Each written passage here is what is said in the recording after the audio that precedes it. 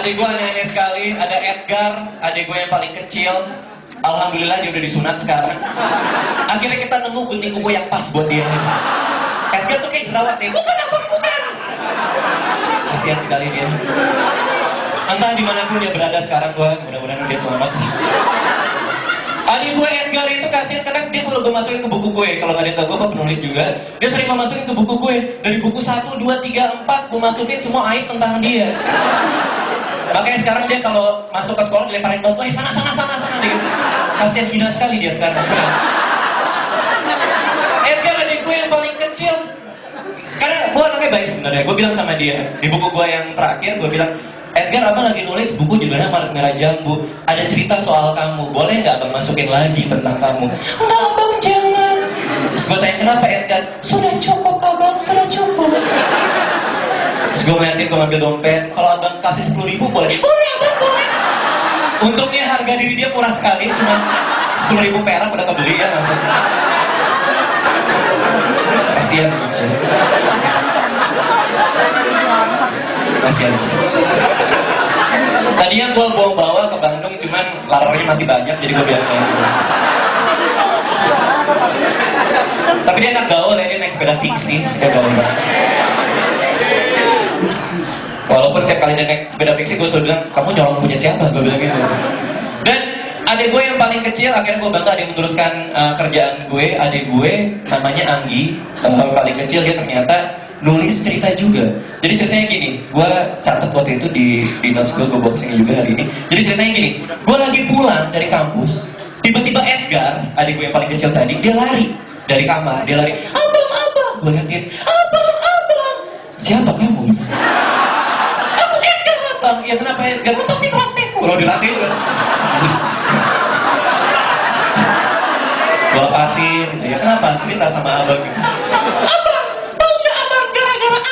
Sekarang si Anggi adik gue yang lain. Sekarang Anggi, kenapa Anggi? Jadi suka nulis cerpet. Kayak gimana cerpennya Edgar? Cerpennya abang, serem abis. Dia nonton SpongeBob aja mimpi buruk deh. Patrick jangan. Sedih deh. Kasian. Hina banget. Gue bilang sama Edgar, abang mau baca cerpennya Anggi yang serem abis itu. Bawa abang ke Anggi. Sudah, ikuti aku abang. Dia mulai obor. Awas abang. Ada elang. Kita naik naga kita, baik abang. Tiba-tiba gue masuk Indosiar.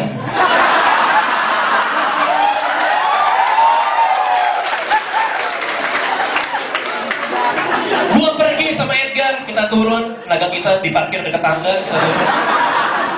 Kita maju ke depan kamarnya Anggi. Tidak seperti biasanya, kamar Anggi hari itu ditutup dari luar, biasa dibuka. Gue maju ke depan pintu, Edgar, ketok Edgar, baik abang, dia lari. Anggi. Gak ada jawaban. Edgar ketok, Anggi, buka. Terus gue datang, biar abang Edgar, biar abang. Anggi. Gak ada jawaban sama sekali. Anggi buka sekarang. Gak ada jawaban. Gue bilang, Edgar, sebaiknya kita buka. Abang beneran. Baik abang, aku pegang kaki abang. Baik Edgar, abang juga takut abang pegang kaki Edgar.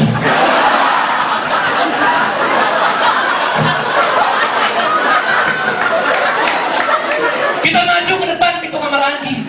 Diam. Kita buka pintunya. Cekrek. Terus bunyi. Ada kuda ngejepit di belakang.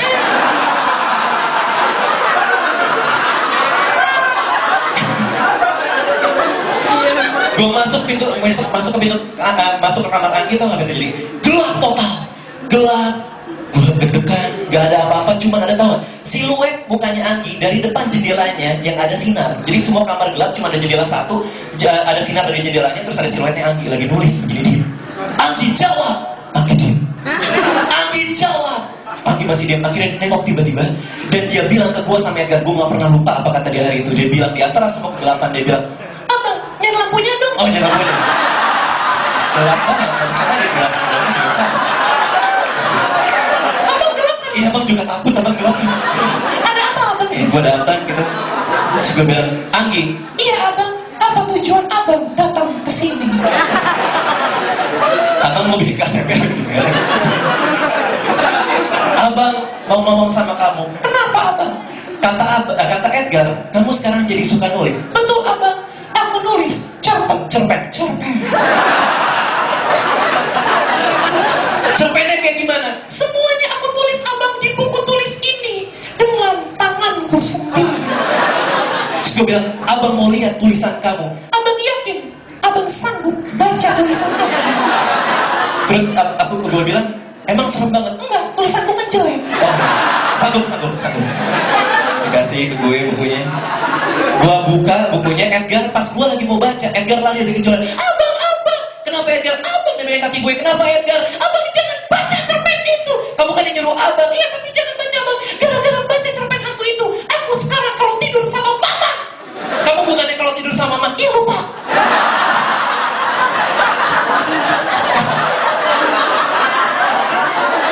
Pergi. Gue datang, gue baca cerpennya. Ini gue tulis di sini, gue copy. Mudah-mudahan pada yang punya ilmu lebih, tolong jangan ganggu ya. Kalau ada yang takut gitu, boleh keluar dulu, nggak apa-apa. Ini gue bacain. Gue kebetulan yang mau baca ini cerita suami ini. Judulnya Sekolah Hantu oleh Anggi. Gue lupa nama panjangnya, Anggi aja kita. Sekolah Hantu. Ini tulisan Anggi bener.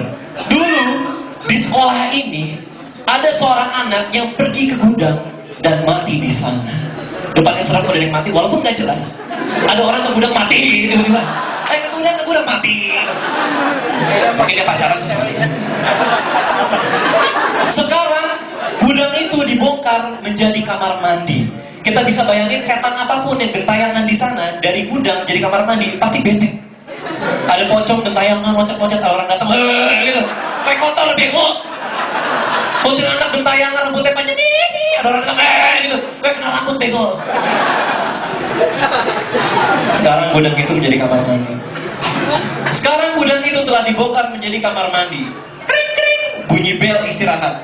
Hai Clara, tahu nggak? Di sekolah ini ada setan yang lu? Kata Juliana. Enggak, itu cuma bohong, kata Clara. Ya udah, terserah kamu. Lalu anak kelas 3 dibenci kelas 2, tamat.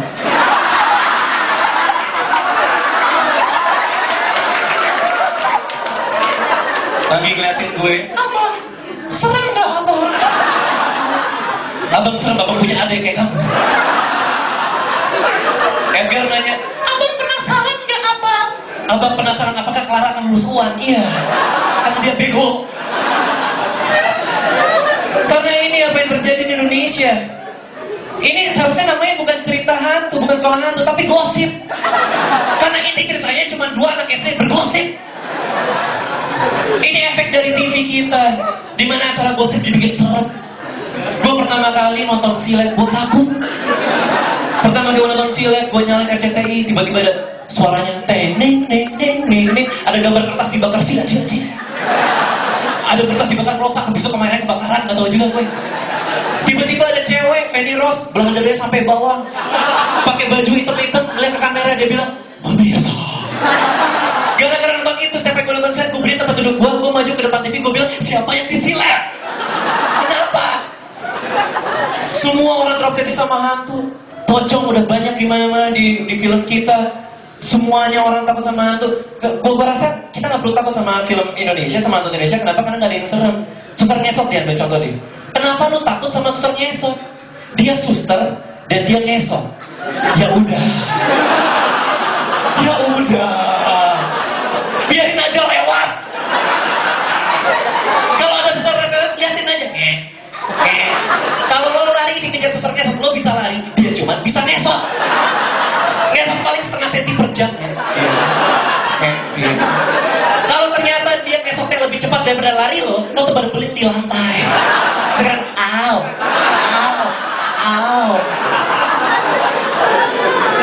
Ada apa dengan obsesi kita?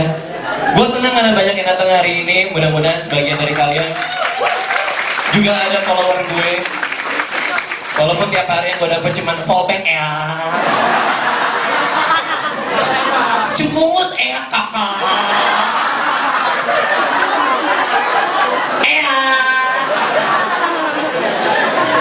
Sorry banget, gue sering ngatain alay. Jadi kalau diantara kalian ada yang alay, gue minta maaf.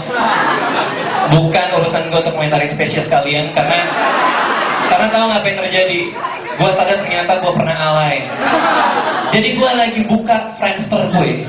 Bener ya, Friendster gue itu udah usang banget, gak pernah gue buka. Gue buka Friendster gue udah banyak sarang laba-laba. Di testi gue ada gelandangan tidur. Saking lamanya gak gue buka. Gue buka Friendster gue lihat foto-foto gue zaman dulu. Ternyata gue alay. Ada rambut gue dicet, ada gue di dekat jendela gini. Gue alay banget dulu. Dan saat itu gue menemukan suatu pencerahan. Ternyata alay adalah proses menuju kedewasaan. Betul. Kenapa? Karena ini skema manusia Indonesia. Alay itu proses menuju dewasa. Skema manusia Indonesia: lahir, bayi, balita, remaja, alay, dewasa. Terima kasih, nama gue Randy Dikasih.